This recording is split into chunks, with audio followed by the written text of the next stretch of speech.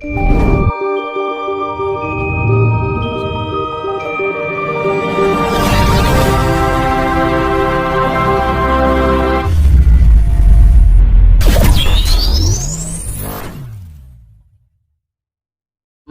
bagaimana, Mbak?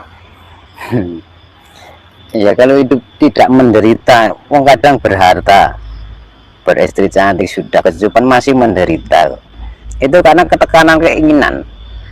Mengapa kita menderita? Kadang orang kekurangan pun nggak menderita, kadang orang kaya dah kecukupan menderita, karena itu masih masa itu masih mengendalikan nafsu. Berarti nafsu nggak usah dikendalikan, mau diendapkan, disadari diri kita kenapa kita itu menderita padahal sudah kecukupan.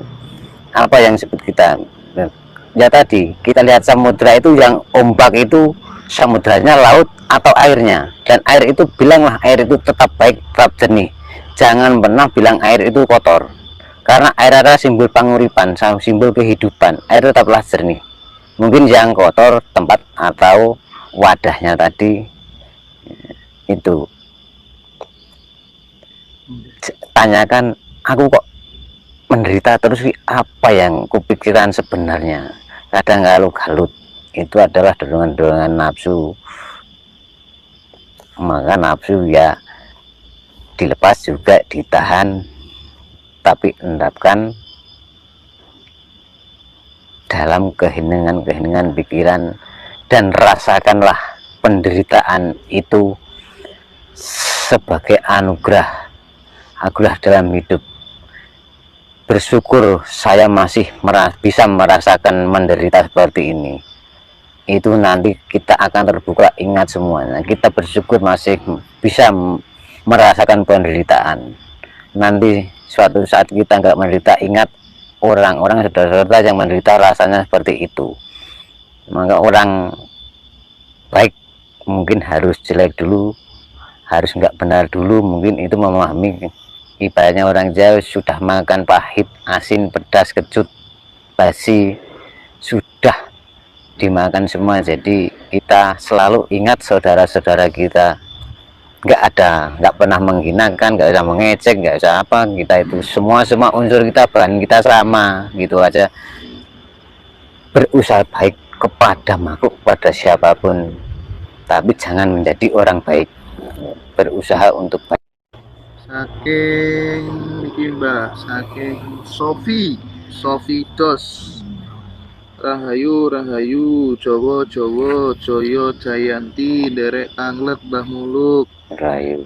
Pripun kahanan Kediri kedepanipun? Kediri kan mudah-mudahan Kediri itu sudah simbol kepada kembali ke diri, ke dirinya, jati dirinya Kediri, diri boyo ya. Mudah-mudahan Kediri kembali ke dirinya masing-masing. Iya, sudah, itu kan sudah dari dahulu leluhur menamakan itu, sudah berapa ratus tahun sudah dijangkau, ditahu. Jadi Kediri mudah-mudahan kembali ke dirinya masing-masing, ke Jawa sejati. Jawa itu kan yang sangat-sangat luhur dan budi pakarti, yang sangat muda adalah Jawa. Mbah, nek kados presiden penguasa kok mboten mantun ten Kediri nggih, Mbah? Ingin nopo nggih, nopo? Mungkin istrinya apa, Mbah? kena sabdo alam mungkin. Kediri itu juga, makanya dari Jawa itu meyakini kalau ilmu tertua itu dari Jawa Timur. Ya, Jawa Timurnya mana tetap dari timur. Ya, ikut matahari juga dari timur. Maka pecahnya surya nanti bisa menembus kabut putih itu dari timur. Unsurnya dari timur.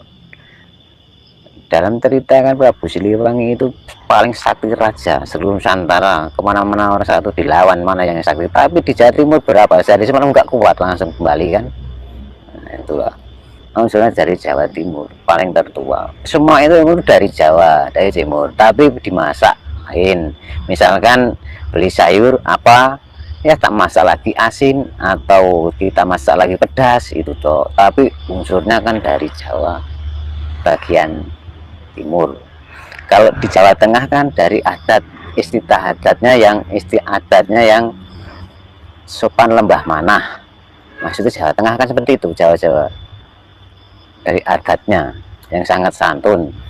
Jawa Timur kan dari keilmuannya kan seperti itu. Pernah mendapatkan keterangan gini Mbak, orang itu mata batinnya tidak akan pernah bisa terbuka jika satu, belum pernah bertapa, dua, belum pernah munajat, tiga, tidak menghabiskan seluruh hartanya untuk bersedekah sampai miskin. Mungkin itu pripun, Mbak? Wah, itu kitabnya dari mana? Bikin kitab sendiri, nggak ada kitabnya. Mata batin itu kok harus topo maksudnya dia itu maksudnya apa, misalkan bilang begitulah. Tapi maaf saja, mungkin kita ya tetap saudara, saya itu pendapat itu lain-lain, kita hargai saja itu pendapatnya itu. Tapi ya monggo, tapi kalau topo itu maksudnya nyetop opo-opo, ini apa saja yang sekiranya nggak baik, ya itu lah batin elek. Mosok batin elek berarti kita yang jelek. Kalau batin elek orang itu, berusahalah kita itu batin baik. Baru bagaimana kita itu sama manusia itu, baik jelek benar salah itu sudah menjadi satu, jadi satu, nggak bisa baik ada salah, salah ada baik, jelek ada baik, baik ada jelek, jadi nggak bisa itu tadi. Terus maksudnya apa Master? Itu doa bersama itu. Namun doa bersama kok ngerampok neng Gusti Allah, doa satu-satu. Doa itu padahal doa itu adalah rahasia kita satu sama yang widi. Rahasia kita doa itu tidak bersama-sama. Misalkan kita bersama doa, mungkin doanya itu juga sama tapi kan lain dalam batin pikiran. Maka doa itulah rahasia ilahi sama kita. Kabul dan tidak itu rahasia kita. Maka kalau kita bareng-bareng berdoa itu terus doanya sama sambil doa itu rahasia kita sama ilahi yang mengetahui kok. Dikabulkan dan sudah mengetahui kok batin pikiran kita. Doa saya dijawab dan tidak itu sudah tahu kok. Karena doa itu dalam keyakinan meleset seujung rambut dalam menyebut kepada Sang Yang Widi Ilahi kita, sudah dapatnya lain. Jadi jangan sampai goyah doa itu, jangan sampai meleset seujung rambut pun dalam keyakinan kita pada ilahi. Satu detik pun sudah, itu sudah terasa dijawab atau tidak sudah terasa. Kalau munajat terus bersama, terus apa tadi yang ketiga itu? Harus menghabiskan hartanya untuk bersedekah. Takarannya misalkan kamu kaya, kamu miskin, kamu sederhana, kamu misalkan sangatlah maaf sengsara, itu tugas-tugas kita sudah disuguhkan tahu, dan itu yang sangat miskin, kita yang sudah enak tahu yang sengsara kan sebenarnya suruh seperti itu. Terus kita mencari harta terus menghabiskan untuk hanya menempuh mata batin itu yang ditempuh itu ketulusan, keikhlasan, kesabaran, dan berapa saat waktu pun lepas sedikit yang nggak bisa menembus mata batin itu. Terus berdasarkan doa, ya enggak, itu mata batinnya itu maksudnya terus mata batin yang untuk menembus atau batin perasaan, mungkin perasaanku kok melas, saya tak ngasih dia. Ini mamre kalau karena dia ngasih karena kasihan. Kalau mengasihi itu jangan ada sebab ngasih itu dengan ikhlas toh, dengan hati kita atau keyakinan kita. Masa kita kasih orang ini kasihan, tak kasih ya, itu pun sudah nggak berguna. Makanya hati-hati meleset satu sedikit pun. Makanya jangan pernah mengharap kita memberi orang terus mengharap tak memberi itu pada orang. Kalau saya sedekah itu mudah-mudahan rezeki saya lancar, jangan begitu, malah justru itu penghalang.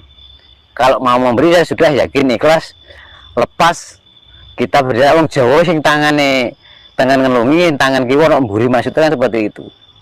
Jangan pernah mengharap apapun. Makanya hilangilah aku itu tadi kalau akan menghilangkan penderitaan. Wah, aku sing marah suka kalau aku sing nolong kalau, itulah aku itu punya yang widi.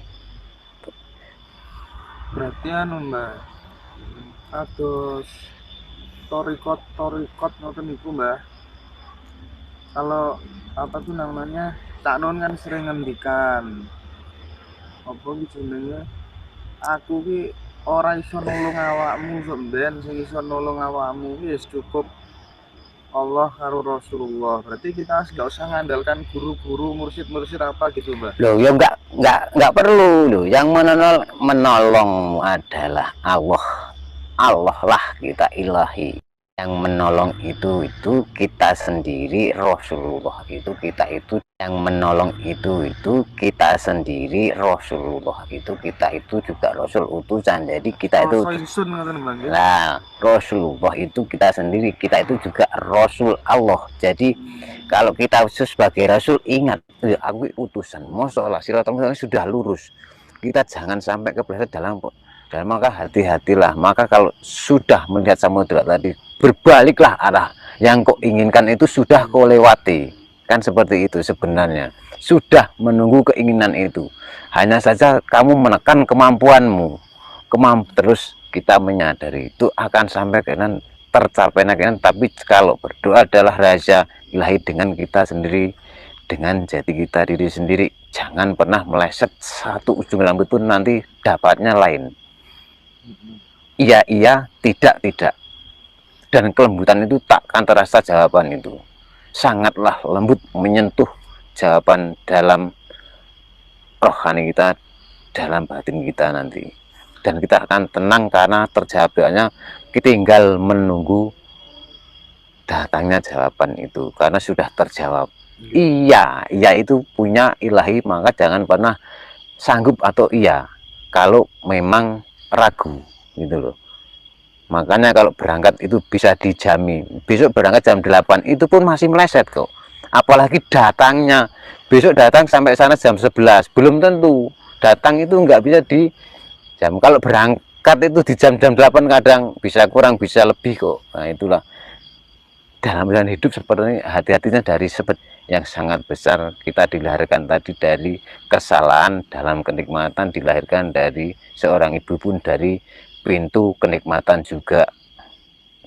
Iki saking Mbak Wati Mesra. Salam rahayu, mugi paringi sehat selalu jenengan. Rayu. Badek tanya Mbah, aku mimpi jumpa Pak Soekarno ngucapnya salam terus jabat tangan dan diberi sesuatu kayak merah delima. Itu artinya apa Mbah?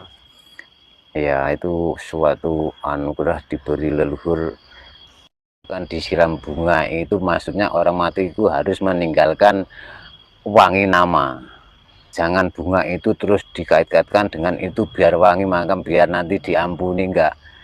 Itu simbol sanepo bahwa orang hidup itu harus meninggal nama yang wangi. Karena itu suatu anugerah, tapi merah delimanya itu dihayati, jangan diambil dari itu. Merah delima itu apa? Merah delima mungkin dari ayat Al-Ikhlas, sendalnya ada 5, itu suruh ikhlas, itu aja, semuanya suruh berlaku ikhlas. Merah delima itu sendalnya ada 5, makanya yang punya cuma Jeng Sunan Kalijaga, dia juga bisa menjaga Kalijaga, menjaga kalimatnya dijogo itu dengan ikhlas. Dalnya gadal yang punya seperti itu. Dan juga yang punya namanya apa itu pernah diceritakan sering, tapi dari dahulu kalau menurut saya kan tidak percaya itu kodrat juga, keajaiban juga. Tapi ya syahadat itulah sahdat kita, itu sahdat kita kepada Gusti itu yang punya, dia seperti itu yang bisa bertemu dengan Gusti langsung. Itu yang punya yang paling betul itu ya itu. Kalau di saya ya nggak ada. Makanya jangan tergesa dalam dunia-dunia seperti itu saudara-saudara. Lah percayalah, diri kita itu sudah penuh kemuliaan anugerah. Bukalah semua yang menyelimuti itu dengan jiwa rohani hati, dengan keyakinan dulu, baru kita temukan sabar dan ikhlas. Sudah nanti ketemu semua, keinginan akan terjawab. Saking Sofi Chandra, Mbah Muluk derek Tanglet, kulo nate ditemui wujud nyata macan putih dan jarak beberapa tahun kemudian ditemui orang Arab pakai jubah putih. Tapi diem saja, dia nggak ngomong sama sekali. Mohon pencerahan. Ya, harimau simbol binatang yang sangat buas, tapi dia putih hatinya. Biarpun dia itu enggak perbuatan, dia itu garang apa saja, maka kita itu melihat itu jangan dilihat dari segi orang penampilannya. Mungkin lebih orang Arab ini diam aja, ya mudah-mudahan aja itu difahami. Tahanlah semua keinginan atau kesesatan dan tenangkanlah jiwa itu, maka yang dihayati perlu dihayati.